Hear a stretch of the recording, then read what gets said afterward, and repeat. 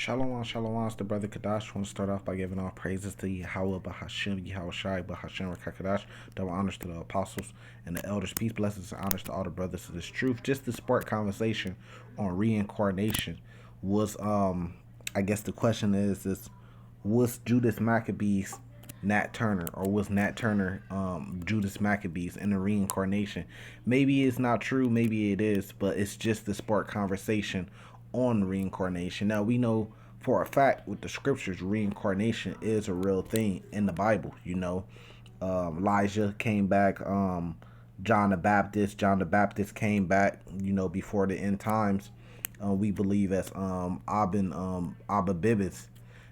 But this is the spark conversation on what's Judas Maccabees, Nat Turner, just to go into showing some similarities with Judas Maccabees and Nat Turner. Kind of the same spirit. If you read the same, if you read the Maccabees in the book, you can kind of see the same spirit. So it's just really the spark conversation. It was a topic that came to head, so I was like, okay, well, let's go into it. So we're gonna start in the book of First Maccabees real quick, and then I got this article on some of the history of Nat Turner, so it could shed some light on some of the history and some of the wickedness that Esau did. That a lot of people kind of forget about these days, or people have been rocked to sleep, and we forget about some of the things or the extent of how horrible the things were. Now with Nat Turner, a lot of us look up to him as a hero, but Esau tried to demonize him, but at the same time, was he wrong? I think he went off personally, because even though he had that fighting spirit that we love so much, kind of like Judas Maccabees, what you got to understand is that Esau was marked. Esau is marked, and he's reserved for the Lord's judgment, for the Lord to take him out. So Nat Turner raising up and pretty much said, look, we're gonna go to war and we're gonna take out as many Edomites as possible. Well, it got him exactly what happened to him. He was captured eventually, and he was put to death, and they did some heinous things after his death, like skinning him. They said that they cooked him, behead him, and all that stuff after they hung him. So that judgment did end up catching up to him, because that's the curses that was put on our people, and it's not for us to come up and take out Esau. I was meditating on this last night, actually, and I was thinking of all the different options, and I was like, us coming up and putting together a group to fight against the Edomites, that's working harder, not smarter. Because if you can even take out 100,000, the crazy thing about it is the Lord could do that, and we see that just happen with a pandemic. So why raise up and do something like that, and then eventually you're gonna get caught like Nat Turner and get took out, when you could just wait upon the Lord? And that's what the scriptures tell us to do. You just wait upon the Lord. Why the best way to do something like that is you attack the systems that everybody have to live on. But within doing that, then you're gonna take out a lot of your people too. But the thing is that why do that? Why work harder when the Lord could just take out their system? The Lord could come over this place and take out the whole electrical grid, and millions of people would perish. So why work harder when you could just work smarter? The Lord already did the work for us, and He's going to take care of everything. You got to understand, the Lord put the Edomites in power, so He has them set at where He wants them, and He has a time that He's going to have His name glorified in destroying them. It's not for us. So you kind of got to get in your place and understand you have to wait upon the Lord. The Lord told us what to do. It's exactly what we're doing right now. Teaching the word, waking up our brothers and spreading this truth. I always like to pull this precept if I could find it. But there's plenty of them, but this is just one that I always like to pull myself. This is Zephaniah chapter 8, verse 16. These are the things that ye should do. Speak ye every man the truth to his neighbor. So speak this truth. But going back to Ezekiel chapter 3, you have to eat the whole row, right? Psalms 40, you got to come in the volume of the book. So you got to learn the whole book. And then you got to speak the truth to your neighbor once you know it. Execute judgment of truth and peace in your gates. So that all goes back to the law, statutes, and commandments. So you got to execute the law, statutes, and commandments. You have to live by it. You have to be a Jew inwardly.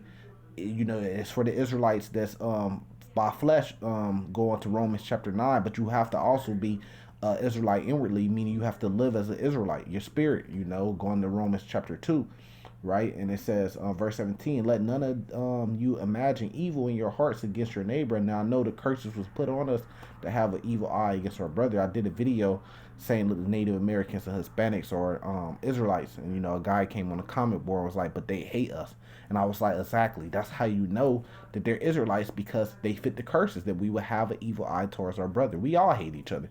Blacks hate blacks, Crips, Bloods, and all these different type of gangs, But we have to start putting those things away when we learn the law, statutes, commandments. And love no false oath. For all these are things that I hate, say the Lord, So we have to return back into our Lord. And when you learn the truth, you got to spread it. That's our job to do. So our job ain't really to go and do a Nat Turner. And then I always like to say, you might have to pull a Judas Maccabees when things get so hard. So we're going to go into exactly what I mean about that too, so you can understand, But this is First Maccabees chapter 3, and this pretty much break down Judas Maccabees, and then you could go into Second Maccabees too.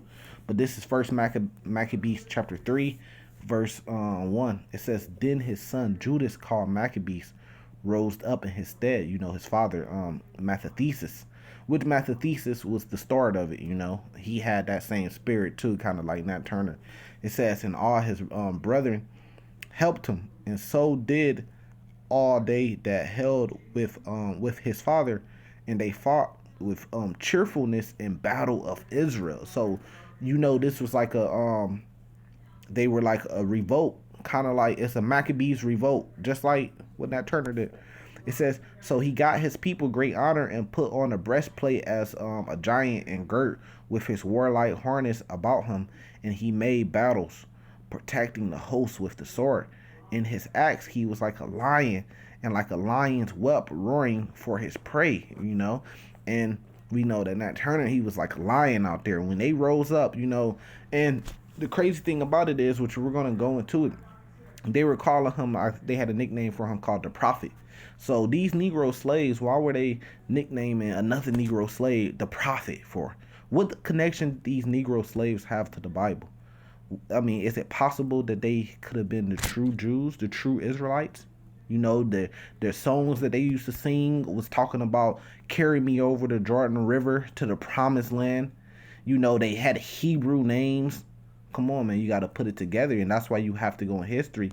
And a lot of our brothers, especially young brothers, I know for a fact, man, they don't go into history. They just talk and they go off feelings.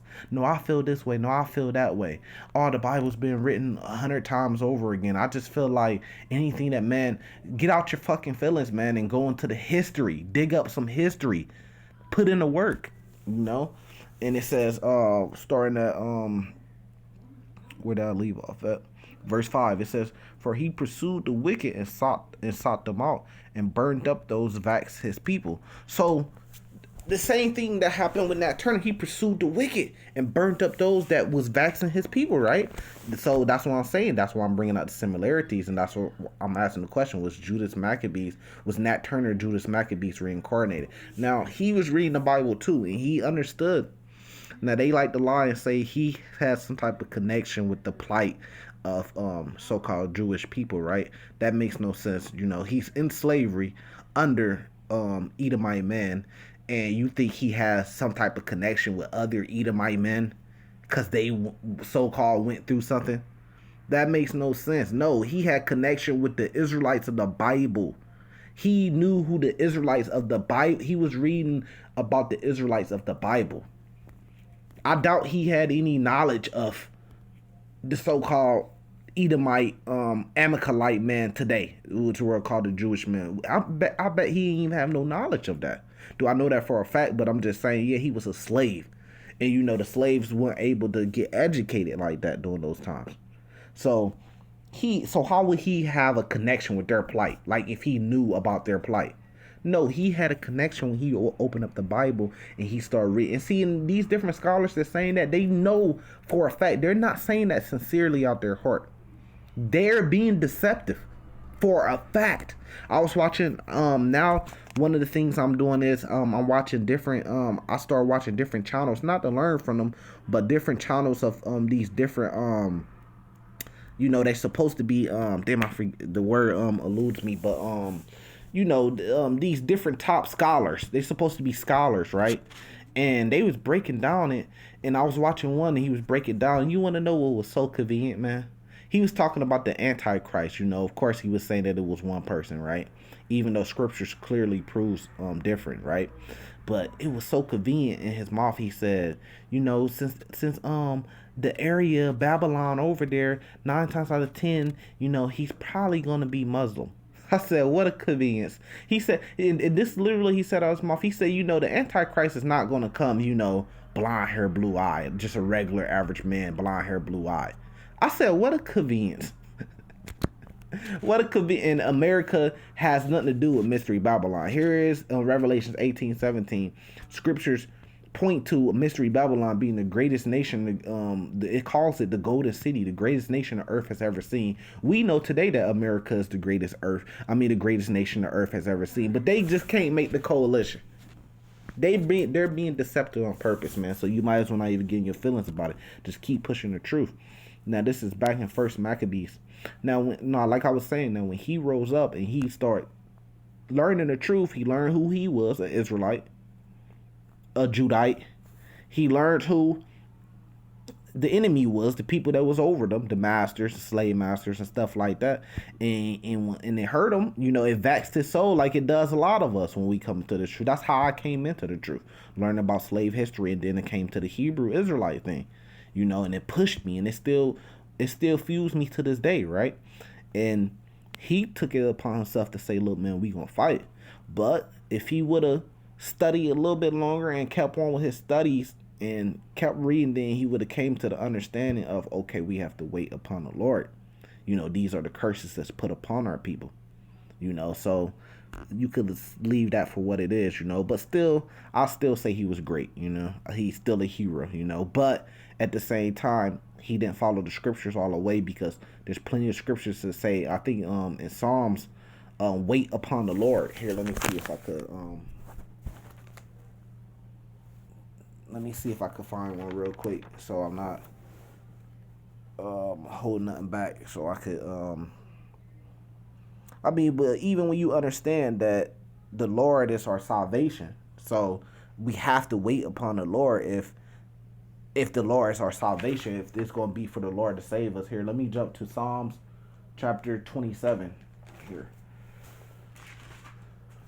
We can't save ourselves, right? So the Lord gets that honor in saving us. You know, this is Psalms chapter 27, verse 1. It says, the Lord is my light and my salvation. Not ourselves, not a man, not Nat Turner, you know. Who shall I fear? And the Lord is my strength and my life, and who shall I be afraid? When the wicked, even my enemies and my foes, come upon me to eat up my flesh, they stumble and fall, right? Let me get straight to the point.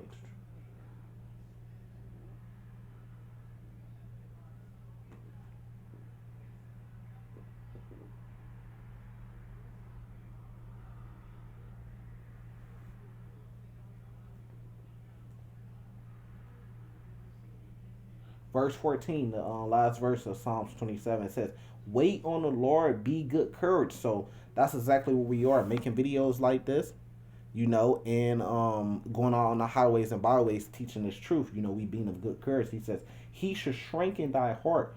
Wait, I say, on the Lord. So this is Psalms from King David, you know. So it's saying even King David, you know, how great he was and how powerful he was. He's more powerful than any Israelite Jake to this day. You know, even your big wigs, you know, you call them big wigs, you know, your entertainers, your athletes and stuff like that. They ain't have more power than King David. And even King David was saying, look, wait upon the Lord. He even said it again. He said, wait, I say, on the Lord. I mean, what do you not get about it? So we have to wait on the Lord. Now, going back into First Maccabees chapter 3, it says, I'll start at verse 6. It says, wherefore the wicked shrunk for fear for him, and all the workers of iniquity would tremble, because salvation prospered in his hand. He grieved also many kings, and made Jacob glad with his acts, and his memorial is blessed forever. Judas Judas Maccabees name is actually Judah, but just in the apocrypha it says Judas. But I think it was. You could correct me if I'm wrong, but I believe it's Judah Maccabees. It says, moreover, he went through the cities of Judah, destroying the ungodly out of them and turning away wrath from Israel. So that's kind of the same spirit that you see with Nat Turner. Instead of grieving the kings, which he was, he the slave masters. He came up against them, and they hated him. We're gonna go into an article and bring it out. I'm probably gonna have to soft touch, but if I have to do that, then you know why. It says so that he was renowned up onto the utmost part of the earth, and he received unto him such as were ready to perish. They was ready to fight. I'm gonna jump through. When Judas perceived, he went forth to meet him. So he smote him and slew him. Many also fell down slain, but the rest fled. Wherefore Judas took their spoils, and upon his sword also, wherewith he fought all his life long. Let me jump down to verse 15. So he made him ready to go up, and there went with him a mighty host of ungodly to help him and to be avenged of the children of Israel. So isn't that what Nat Turner tried to do? He wanted to get that revenge. That's why he was like, nah, I got a soft touch. But that's why he started, taking vengeance pretty much. Let's leave it there. All right, so hold this and let me bring out this article. Now, this is just history. So hopefully I ain't get in too much trouble, but this is just history. This is on Wikipedia. This is Nat Turner's Slave Rebellion on Wikipedia. It says, so let's go into it. It says was a rebellion, Nat Turner rebellion, which is revolt, same thing, was a rebellion of enslaved Virginians that took place in Southampton County, Virginia, in August 1831. So what is that? 200 years ago? About 200 years ago? A little less than 200 years ago? Am I saying that correctly? Yeah, about a little less than 200 years ago. That's your great grandpa time, if I'm saying that correctly too. It says it was led by Nat Turner. The rebels killed between 55 and 65 people, at least 55 who were white. The rebellion was put down within a few days. It only took a few days because it wasn't for him to do that. Now can you say, yeah, the Lord put the spirit on him like that? Yeah, because the Lord controls everything. Everything's for a reason. Just like you could say, we went off on not following the Lord. That's what got us into slavery, not following law, statutes, commandments. Now, can you say the Lord put the spirit on us for us to go off? Yeah. So it's all to fulfill prophecy. We had to understand, we had to go through the things that we had to go through to understand how the wicked rules the earth, and understand the meaning and how important it is to be righteous. It says, the rebellion was put down in a few days, but Turner survived in hiding for more than 2 months afterwards. So he pulled the Judas Maccabees. Judas Maccabees wasn't really hiding, but yeah, they weren't just giving up. Yeah, I guess you could kind of say that. Yeah, they were hiding. Here, let me go ahead and get it. Matter of fact, this is Judas Maccabees chapter 5. So if you hear me say you might have to pull off of Judas Maccabees, then you know what I'm talking about. This is verse 26. It says, just straight to the point, that's why. No, verse 25. Who coming to Jerusalem and pretending peace did forbear to the holy day of the Sabbath. When taking the Jews, keeping holy day, he commanded his men to arm themselves. And so he slew all them that were gone to the celebrating of the Sabbath, and running through the city with weapons slew great multitude. But Judas Maccabees, right? So you got to get context on this. Verse 1, it says, about the same time Antiochus prepared his second voyage into Egypt. And then it happened that through all the city, for a space of almost 40 days, there was seen horsemen flying in the air, which enclosed in gold and armed lances with a band of soldiers. And those horsemen, we know those talking about the chariots. But here, let me see. I'm gonna have to jump back. Verse 23. In that Gremians, Adomachus And the besides Menelaus, who's worse than all the rest, bear a heavy hand over the citizens, having a malicious mind against his countrymen, the Jews. So they had a malicious mind against his countrymen, Jews, and that gets us to the context of what we're talking about now, verse 24. And he sent also the detestable ringleader Apollos with an army of 22,000, commanding him to slay all that were in their best age and to sell the woman and the younger sort. So that's the context of where we're going. So they came and they pretty much set them up when they're keeping the Sabbath day and was supposed to slay them, which is the same thing that happened after Nat Turner rebelled. You know, they were putting a lot of slaves to death just because they were angry and they couldn't find them and they wanted to make an example. You know, for anybody else that was thinking about revolt.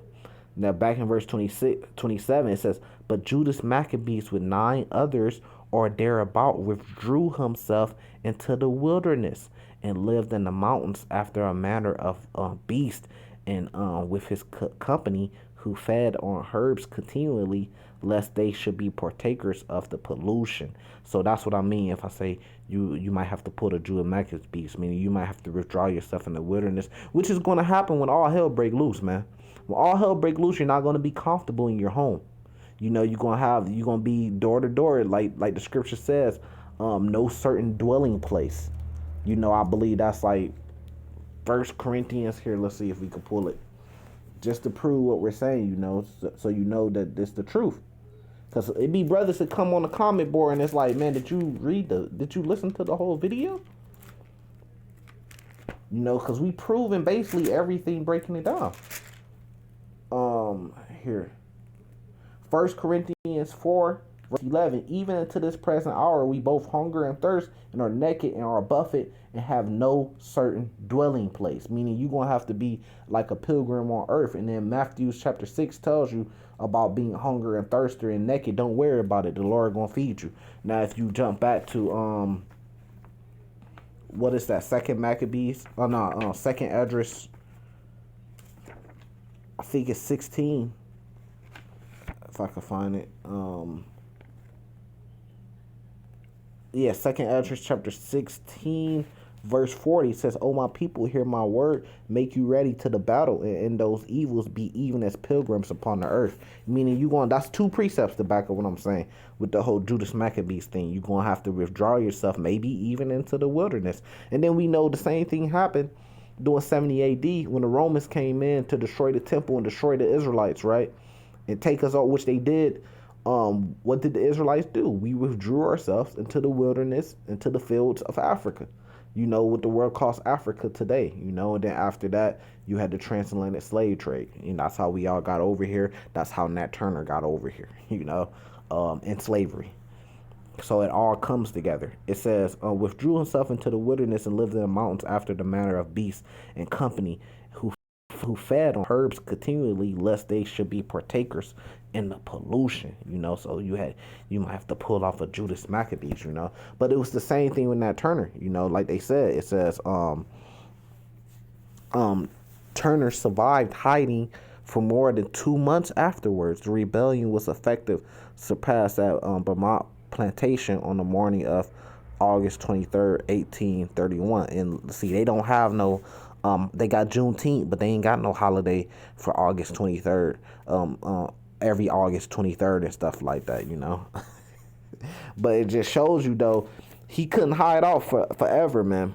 So eventually he got caught, you know. Eventually you get weak and, you know, you start slipping and he got caught, you know.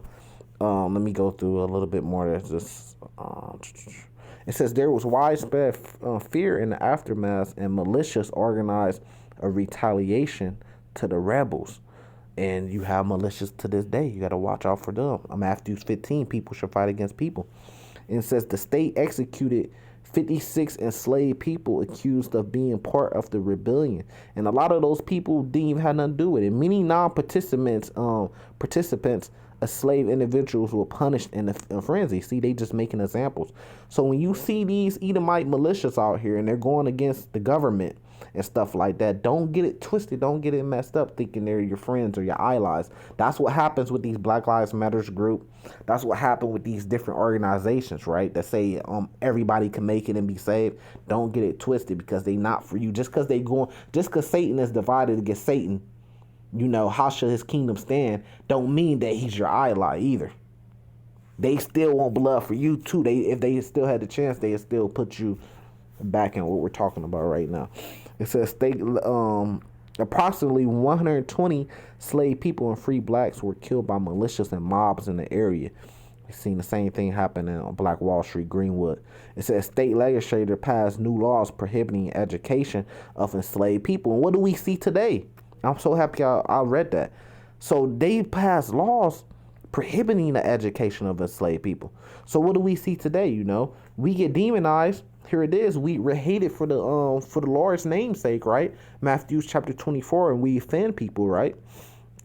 But they want to demonize us because we teach you the truth. We going into the history, literally history you could go through yourself, but history that I'm going through in this video right here.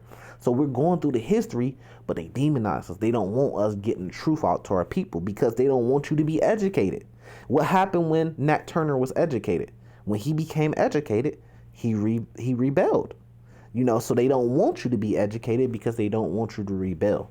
So that's why you have these different churches set up, pretty much to, you see the movie Judas and the Black Messiah? That's basically like your churches.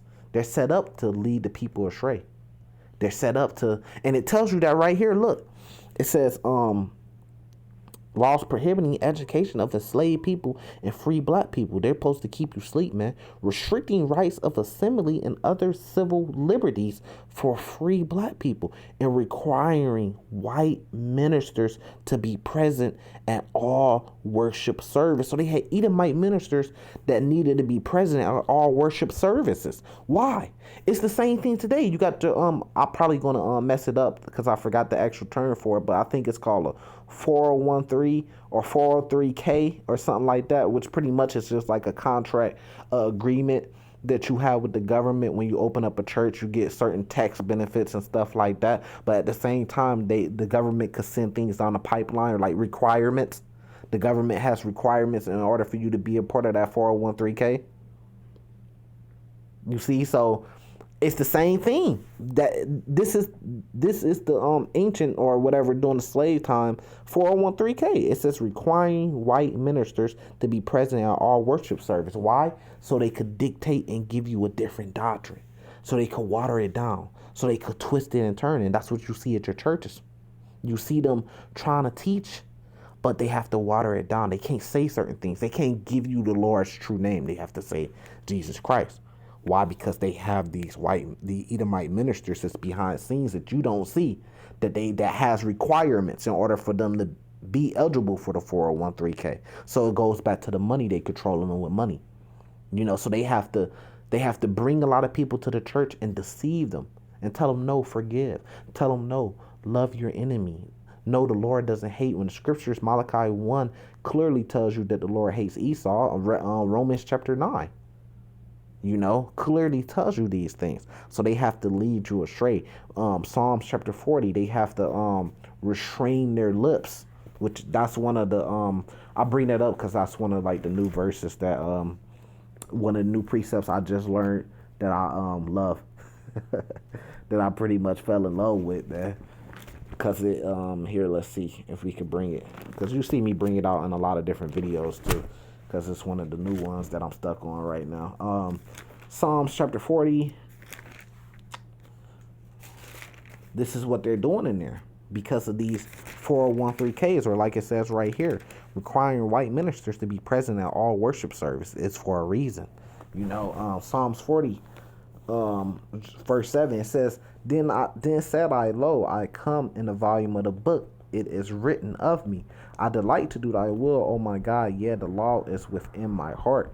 I have preached righteousness in the great congregation. I have not refrained my lips. And what do? They refrain their lips. They ain't going to tell you the true name. They're going to call on the Christ and Jesus. They're not going to call on the name Yahweh, Bahashem Yahweh Shai, It says, O Lord, thou knowest, I have not hid my righteousness within my heart. So they hide the righteousness.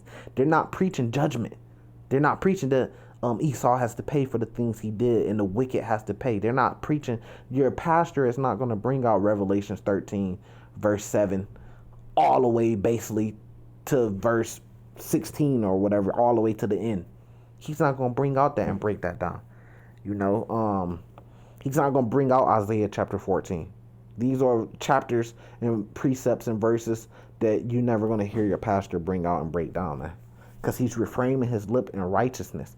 I have declared my faithfulness and thy salvation. I have not concealed thy love, kindness, and thy truth from the great congregation. That's what they're doing. And that's why the white ministers was supposed to be present at all the worship services to conceal the truth.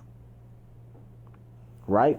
Withhold not thou thy tender mercies from me, O Lord. Let thy loving kindness and thy truth continually preserve me. This is from David, King David. So it's pretty much just saying King David is saying he's not going to do all these things, but that's what you see going on with your churches today. So I'm happy I went into that. I'm going to go into retaliation. It says, within a day of the suppression of the rebellion, the local militia and 3 companies of artillery were joined by, so I'm guessing that, you could correct me if I'm wrong, that's like the National Guard, joined by detachments of men from the USS Nassau and USS Warren, which is basically like your National Guard today, or even Army, military. It says, which were anchored in Norfolk and militias from counties of Virginia and North Carolina surrounding Southampton. The states executed 56 black people and militias killed at least 100 more. And it probably was a lot more than that, to tell the truth.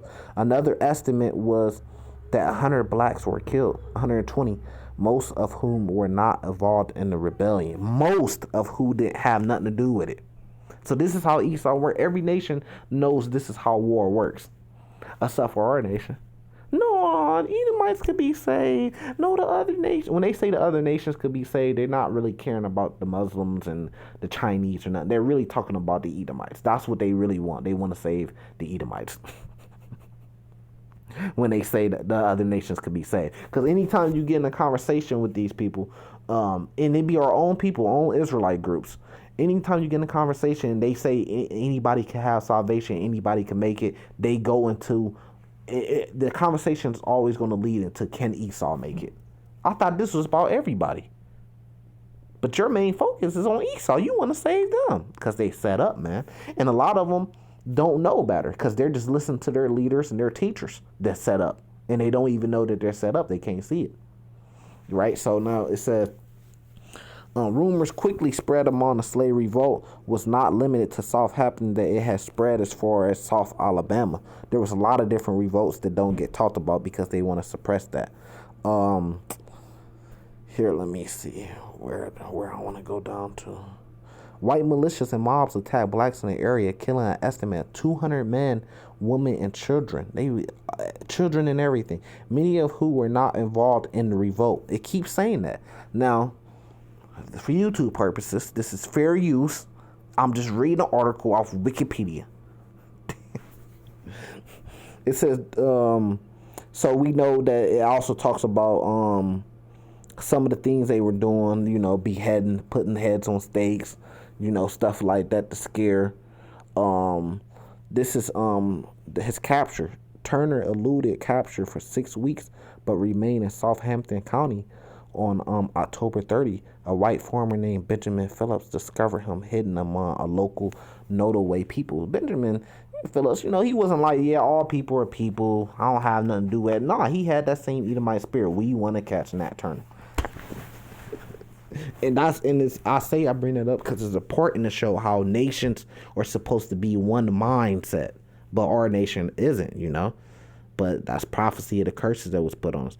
It says, in depression in the earth created by the large fallen tree that was covered with fence rails. While awaiting trial, Turner confessed his knowledge of the rebellion to attorney because it's pointless. I mean, why wouldn't he confess? You think he had a chance of winning the trial? No, they was putting him to death regardless of what he said. So you might as well say, yeah, I did it. or pull or be like Yahweh Shai. Don't say nothing. Hey, it is what it is. Do what y'all got to do. You know, who compiled what he had claimed was Turner's confession. He was tried on November 5th. So while we ain't, never mind. 1831 for conspiring to rebel and making insurrection. He was convicted and sentenced to death, of course. Asked if he regretted what he had done, he responded, "Was Christ not crucified?" So what connection did he have? What connection did he see when he started reading the Bible? He found out that he was an Israelite by blood from the tribe of Judah. That's why he was making the comparison, saying, look, wasn't Christ not crucified? Which is exactly what I just got done saying. It says he was hanged on November 11th. His body was then dissected and flayed, meaning he was skinned. His skin being used to make purses and souvenirs. This is who these people are, man. We have to bring out this history to show you exactly who these people are, because a lot of our people have been rocked to sleep. They don't know this history, or they don't know the extent of it. So they come out with doctrines like everybody could be saved, love them and stuff like that. They're not bad people and stuff like that, because they don't understand that. But the Lord finna turn up the fire, turn up the heat, and he finna turn the clock back, and you're finna see who the man of sin is. He's going to be revealed, and this is how he's being revealed. You know, but our people deny this education. They don't want this education. They don't want this knowledge. They deny it. I think Proverbs chapter 1 talks about that. It says, according to some sources, he was beheaded. See, as I said that earlier, as an example to frighten other would-be rebels. See, as an example. Turner received no formal burial. His headless remains were possibly buried in an unmarked grave. So just totally disrespected, man. Just imagine seeing a body with no skin on it, no head, man. That's what they did to the man. So, but he brung it on himself. But you know, the Lord did put the spirit in him to do that. But at the same time, you know, wait upon the Lord. Psalms chapter 27. You know, it says soon after Turner's execution, Thomas Ruff Gray published the Confessions of Nat Turner. You know, so they go into what they, because even at the end it says, but some historians believe Gray's portrayal of Turner is inaccurate. So you know, this is just a quick lesson on Nat Turner, and just to spark the conversation here. So just to spark the conversation of reincarnation too. You know, just to put the thought out there in your head and get the chance to go into some history, you know, to constantly, you know, it's like Esau's on trial right now. We're bringing up the evidence against him, you know, so to bring out more evidence and stuff like that. This is Nat Turner. I don't know if this is a correct photo of him, but he looked just like us. You know, if you Israelite brother from Judah watching this, I mean, I know from my example, we got literally the same exact hair. If you looked at my head right now, that's exactly how my hair looks right now. You know, he didn't have the lining, so that's a cut on the whole getting the fade and lining thing. Slaves weren't getting fades and lining. So where did we pick up the whole getting a lining and a fade thing at? That's another stumbling block a lot of brothers can't get over. And I understand that it might be a tough thing because it's something that you're accustomed to. You want to look good. You want to look clean so you could attract women. When you ain't get a lining, you kind of get a rough look. At least what this world thinks. So I get it, you know, but you have to bear your cross, you know. You have to be able to willing to lose your life in order to inherit your life, to follow the Lord, you know. And the lips, same, you know, same facial feature, nose, eyebrows, skin color, everything. You see what I'm saying? I just gotta, I'm trying my best to grow my beard in, you know. But you know, hopefully this has been edifying to bring out some information on history and spark the conversation of the thought of reincarnation. With that, I'm going to say salvation to the elect. Shalom.